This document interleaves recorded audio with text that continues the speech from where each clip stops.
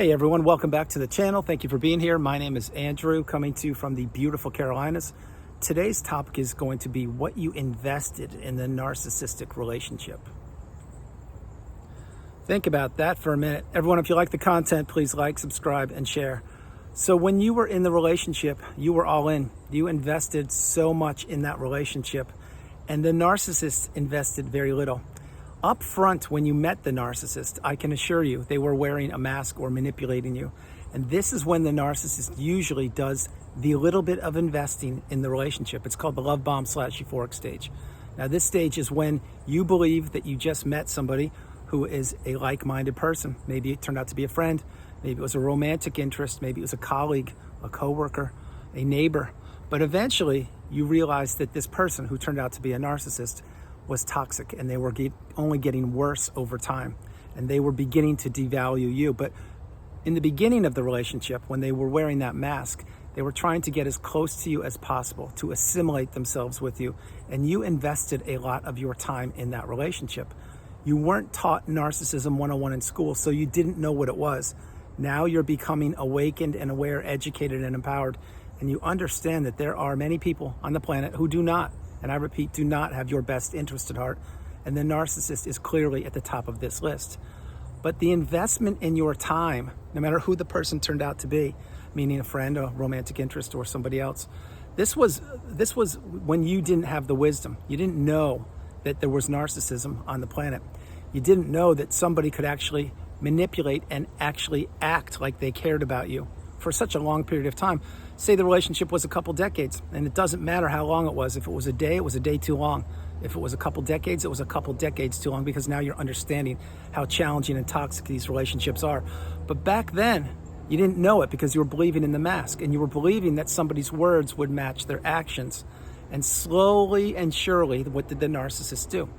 They began to peel the mask off little by little, insidiously, slowly, and you were experiencing what I share as death by 1,000 paper cuts. Now, you're not dead, you're alive, thank goodness, but these narcissistic relationships are the relationships that you need to heal from, and that's why you're on the channel and in the community.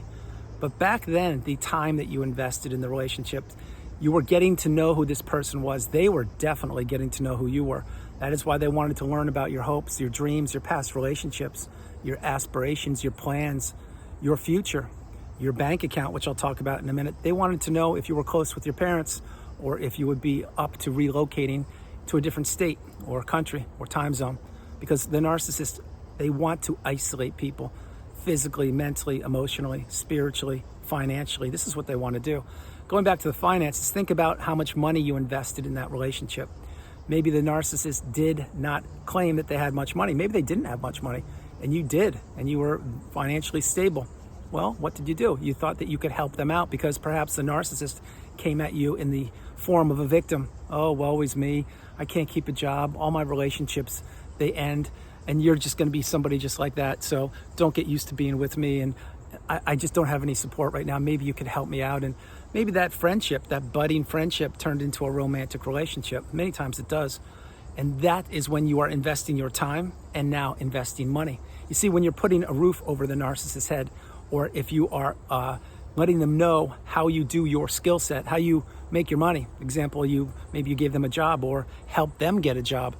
What you're doing there is you are actually taking your resources and you're giving them to a person who has so much disdain for you. They don't want you to, they want to be you. That's what I'm trying to say. But you didn't know it back then. That's why you are a kind, loving, stable, healthy person, maybe even an empath. The narcissist is the polar opposite. They're a taker. What do they want to do? They want to take, and when they're done, they want to take more. We now know that. But the narcissist came at you from one angle or another, and they really tried to learn what made you tick. They tried to figure out what made you you. And once they assimilated themselves with you, let's take music as an example. Say you loved music. Well, they would claim that they love music too, but not just any music. They loved your music. And it was almost too good to be true, right? It was, because the narcissist probably had never even played your music in their past. But what did they do? Once you told them you liked music group A, B, and C, well, they would go on YouTube or listen on Spotify or something, and they would learn all about this group, and they would play some of the most popular songs. Next thing you know, they're a super fan. Understand what I'm sharing with you. These people are manipulators, they're shapeshifters, they're dark energy forces. There's nothing to them, there's no core to them, there's no substance to them. All they do is mimic back to people what people want to hear, and specifically vulnerable people, people who don't know that narcissism is prevalent on the planet. So think about the investment of your time and your money. Another one, your energy. How much did you invest into that relationship? I will tell you firsthand, you put everything and more into that relationship, because what you were doing is you were putting out the fires that the narcissist was starting on purpose, so you would continue to give to a fault. That's why I mentioned on the channel so frequently, you probably were a people pleaser or a yes person. I can assure you, you didn't have boundaries, and slowly you were being manipulated, and slowly you were becoming an extension of the narcissist. This is why and how you lost your identity to the narcissist. This is why all the investments that you placed into that narcissistic relationship, they disappeared once that relationship ended. And again, side note, pro tip, every narcissistic relationship has an expiration date. Every single one of them. And we now know this. But the investments that you placed into the relationship, they were an awful lot. Maybe you had kids with the narcissist and you wanted to have a happy family with the white picket fence, etc. Well, you had the kids, but then you realized rather quickly that the narcissist would not be the parent of the year during any year, and that they wanted to be more of a buddy or a friend with their children, and they did not want to teach them values or manners or right from wrong. You see, the narcissist doesn't know how to behave any way other than toxically. I don't even know if that's a word, but they're full of toxic. And what they want to do is they want to counter-parent. They don't want to co-parent. They want to counter-parent. That is why if you did marry the narcissist and you had kids with them, or maybe you were a stepmom or dad, the point is you thought you were doing the best you could to raise the kids. And I'm sure that you were, and you did. But the narcissist behind the scenes or under the hood, they were counter-parenting everything you ever did. Example, if you told the kids that, hey, tonight you're going to have a curfew at 10 o'clock, well, what would happen? The kids would come home at 11:30 and you'd say, hey, what's going on here? You guys, we said 10 o'clock. And they'd say, oh, no, mom or dad said we can come home whenever we want to. And you'd be scratching your head saying, well, we just had a conversation about this. This is an example. So all the investments that you placed into raising the children, did they pan out? I'm sure they did. You did the best you could. And if you are being parental alienated right now, understand that the narcissist knows exactly what they're doing. They're trying to not give you access to your kids on purpose. And maybe you are a grandparent, maybe you're a great-grandparent. Understand that these people, i.e. the narcissists, they know exactly how to twist the knife. They know exactly how to inflict the most damage upon anybody that they are close with.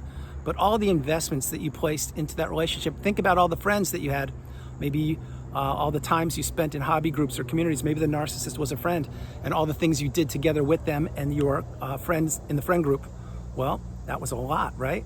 But after that relationship ended, maybe you were discarded, or maybe you ended the relationship yourself, or maybe you're developing and creating an exit plan to remove yourself from the narcissistic friend. Well, now, do you want to see a lot of those friends? Maybe, maybe not. Do you want to still participate in the hobby groups? Probably not, but maybe. But everything gets tarnished when you're in the narcissistic relationship. And the narcissist takes so many things away from you. They take your friendships. They take your health. They take your money. They take your time. They take your energy. They take your morals and your values to a point until you get out of the narcissistic fog and you break the cycle. You see, the narcissist wants you to become an extension of yourself. They want you to, an extension of them is what I meant to say. They don't want you to have a thought. They don't want you to be yourself.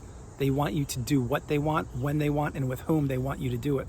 That is why these are the most challenging relationships to get out of and the most challenging relationships to heal from. But you will heal in time, in your time you will, if you take the tools that are provided for you on the channel and in the community, and you understand that where you are today is not where you will be in 3 months, in 6 months, in 9 months, or in 12 months. Continue on the path. Continue becoming educated and empowered. Continue believing in yourself. And understand that those investments, no matter what they were when you were in the relationship with that person or those people, those days are done. They're over. This may be a tough pill to swallow, but you may be saying to yourself, wow, I can't get over all the financial abuse I experienced. That is a lot of money. Yes, I went through it too. And I will tell you this, as far as financial abuse goes, the exact amount of money you have in your bank account is a direct correlation as to how much money you will be financially abused when you're in these relationships. Meaning, if you had $1,000, well, you're going to get financially abused to about the tune of $1,000. If you had 10,000, there's your number. If you had $1 million, it's probably a much higher number, because when you have financial resources, and the narcissist knows this, they will do their best to extract as much of those resources as they possibly can, just like they do with their time, or with your time, just like they do with your energy. Remember, when you were in this relationship, you were always walking around on eggshells. You could never get some stability in the relationship. You were always putting out fires. You were investing more and more and more in the relationship. And as you were investing more, the narcissist was pulling back. They were investing less and less and less. And they knew this, because this is the cycle that goes around in a loop. It's the love bomb / euphoric stage. That's the first part of the cycle. The second part's the devaluation stage, which is the length, the longest part of the relationship usually, then the ending of the relationship, and then at times there's a Hoover. Do not ever, and I mean ever, accept a Hoover, and don't be Hooverable if you can do it. But all these things, all the investing that you put into the relationship, again, if the narcissist gave you the 2-page report when you met them, and they said, this is who I am, this is what I've done to people in the past, and this is definitely what I will do to you, would you have entered that relationship? No, you wouldn't have. Nobody in their right mind would have. You would have left. You would have said thank you, but no thank you, and lose my number. And by the way, please relocate. Don't stay in my city or town or state, whatever it is. But that's not what they did. You see, the narcissist infiltrated your life under cloak and dagger. They were a wolf in sheep's clothing, and they assimilated themselves with you. And they had you believing that they were the best thing since sliced bread. They were not the best thing since sliced bread. They were a challenging, toxic, energy-draining, blood-sucking, vampire, parasitic creature called the narcissist. Yes, I went off a little bit there, a little rough every once in a while. But what I'm saying to you is all the investments that you placed into the narcissist and that relationship in the past, you didn't know who they were until it was too late. And now you understand that you had to go through that relationship to get where you are right here, right now. Now, again, I know that's a very difficult pill to swallow. It's really difficult for people to wrap their heads around that, yeah, they were abused mentally, emotionally, financially, spiritually, perhaps even physically by the person that claimed that they loved them or was in love with them. But that's what the narcissist does. That's why the loop and the cycle just continues to go around and around and around, and anybody is interchangeable. The flying monkeys are interchangeable, the enablers are interchangeable, their friends are interchangeable. The hobbies that they attend are definitely interchangeable. The narcissist is always looking for the next new shiny object. They're looking for the next spark, the next person that will give them that hit of supply for a period of time until they realize that that new supply, which at one point was you, they're not up to snuff. They're not who they thought they were, because the narcissist can never have stability. The narcissist can never fall in love. The narcissist can never, ever give what they don't have, which is their empathy and their love. They don't possess it. That's why they want to take it from people. That's why they want to twist the knife in people and discard them. And that's why the narcissist just goes off onto the new supply so frequently, as if they never even knew the former spouse or source of supply or friend or whoever it was, because this is what the narcissist does. They want to take and take and take. And as much as you invested in the relationship, I can assure you the narcissist invested the exact opposite amount. Example, let's say there was 100% that could have been invested in the relationship by 2 people. And usually if you're in a stable or healthy relationship, it will be 50-50, which equals what? 100%. Well, if you really do the math in your mind, and you can do it right now, how much did you give in that relationship? You probably sincerely gave upwards of 90 or 95%, maybe even more. And the narcissist gave you less than 5% or 0. But they made it seem like they were going to give you the sun, the moon, and the stars, and that they were the best person that you could ever be in a relationship with, and that they did have your best interest at heart. None of that was real. These relationships are built on quicksand. They are a house of cards. They all fall apart. They all crumble. There is no stability. So when you are in a relationship with a person who turns out to be the narcissist, and you are trying your best to communicate with them and say, hey, listen, I think we should work together on a few things and try to do the same, be on the same path and help each other out. They may give you lip service and say, yeah, sounds good, but they're not going to lift a finger to do it. And the more you do that, and I used to call them adult conversations or adult time, and adult time doesn't mean what you think it means. It means 2 people sitting down, just the 2 of them, and trying to work through whatever circumstances were going on in that period of the relationship. But virtually every time I would do that, I would be giving lip service. Yeah, sounds good. Very next day, went backwards. No progress was ever made. No progress will ever be made in these relationships, because the narcissist is always looking around the room They're always looking to see if they can triangulate you. They're looking to see how much of your resources they can take. They're looking to see how deeply invested you are and or were. And that's another huge part for the video. When you're already invested in a relationship, many times people think it's too late. This is when they don't know about narcissism. Prime example right here. Let's say you got married and you married the narcissist. Well, usually if you get married, you're going to give that marriage a chance, a shot. But the narcissist won't do anything. They're going to begin to devalue you on the wedding evening or the morning after. Many people, myself included, didn't even go on a honeymoon. Why? Because it just wasn't supposed to be, i.e. the narcissist. What they wanted to do was take money and spend it doing other things. But all of these things I'm sharing with you, when you invest in something, you need to have the ability to pull yourself out of it. But when you're in the narcissistic abusive cycle, it's too late because they've placed you in the trauma bond or the devaluation stage. And using that marriage example, there are very few people that I've ever heard of that got married and divorced anybody within a week or so. It has happened, but it's very, very rare because why would you go through all the trouble? Why would you invite your family and friends and everybody, your colleagues, to attend a wedding when you think you may get divorced soon after? Nobody would do that, but some people have actually done that. But see, the narcissist knows that if you marry them, that you most likely are going nowhere. That is why it is a license to abuse whenever the narcissist gets married. That's why many people stay in these marriages for decades because they can't figure it out. And many of these people don't know that they're even in a relationship like that. They just think that that's what a marriage is supposed to be.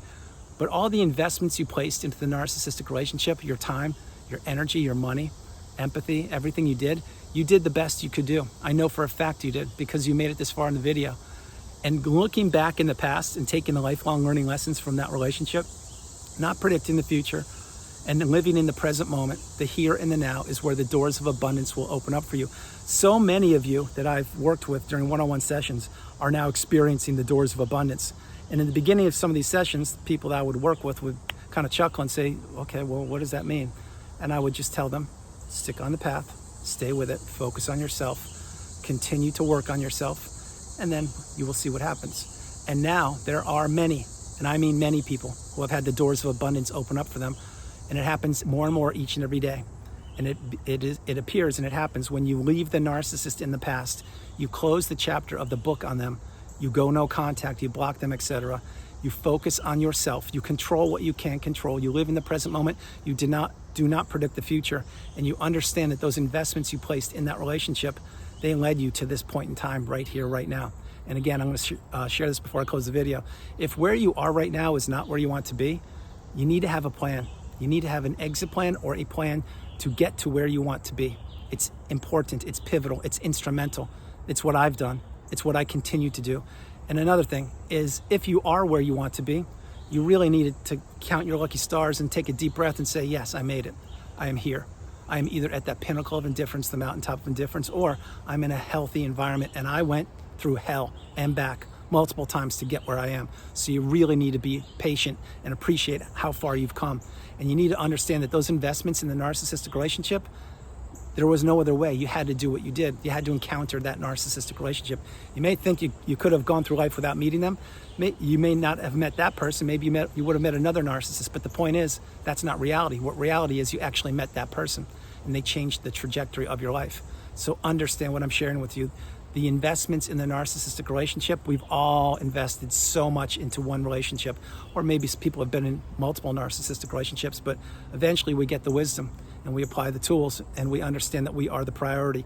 We come first, second, and third. It's not the narcissist. It's not a toxic person. These people deserve not to be anywhere near your proximity. They shouldn't know about you. They should know nothing. They should just slither away off to the new supply, unfortunately, because that's what they do. Everyone, that's the video. I hope you liked it. I loved doing it from the beautiful Carolinas. This is Andrew. Namaste. Have a great afternoon, evening, or morning, no matter where you are on the planet. You are not alone. Remember that. You are not alone. God bless you. And I want to share this before I close the video. For many people, and I have to be honest with you, for a period of time, that was me. Many people, they look back at the relationship and they say, I invested so much. I gave so much in that relationship, because you did. And that, when you understand that the person that you're thinking about or what we're in a relationship with turns out to be a narcissist, it's a very daunting, challenging experience, to say the least, to come to terms with that. That is why you need to understand that radical acceptance will really help you out, which is, knowing that that relationship was what it was. It wasn't what you thought it was. I'll slow down on that part, and I just want to share this. We all paid a big price to be in these relationships. The narcissist did not pay a price. The narcissist just takes, and they devour people. They're like a bull in a china shop, and they know what they're doing each and every day. But now you're healing, or you have healed. And those investments that you made, they've taken you to this place right here.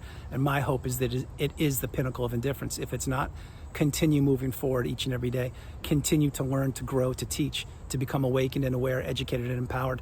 And remember, you can always take a class, teach a class, read a book, write a book. You can travel. You can do whatever you want to. You can sleep in late, or you can stay up late, or you can do whatever you want. But it has to be without a narcissist in your life. I love you all. God bless you. And I will talk to you tomorrow. All right. I hope you guys like the scenery, because it is so beautiful here from the rain. Bye.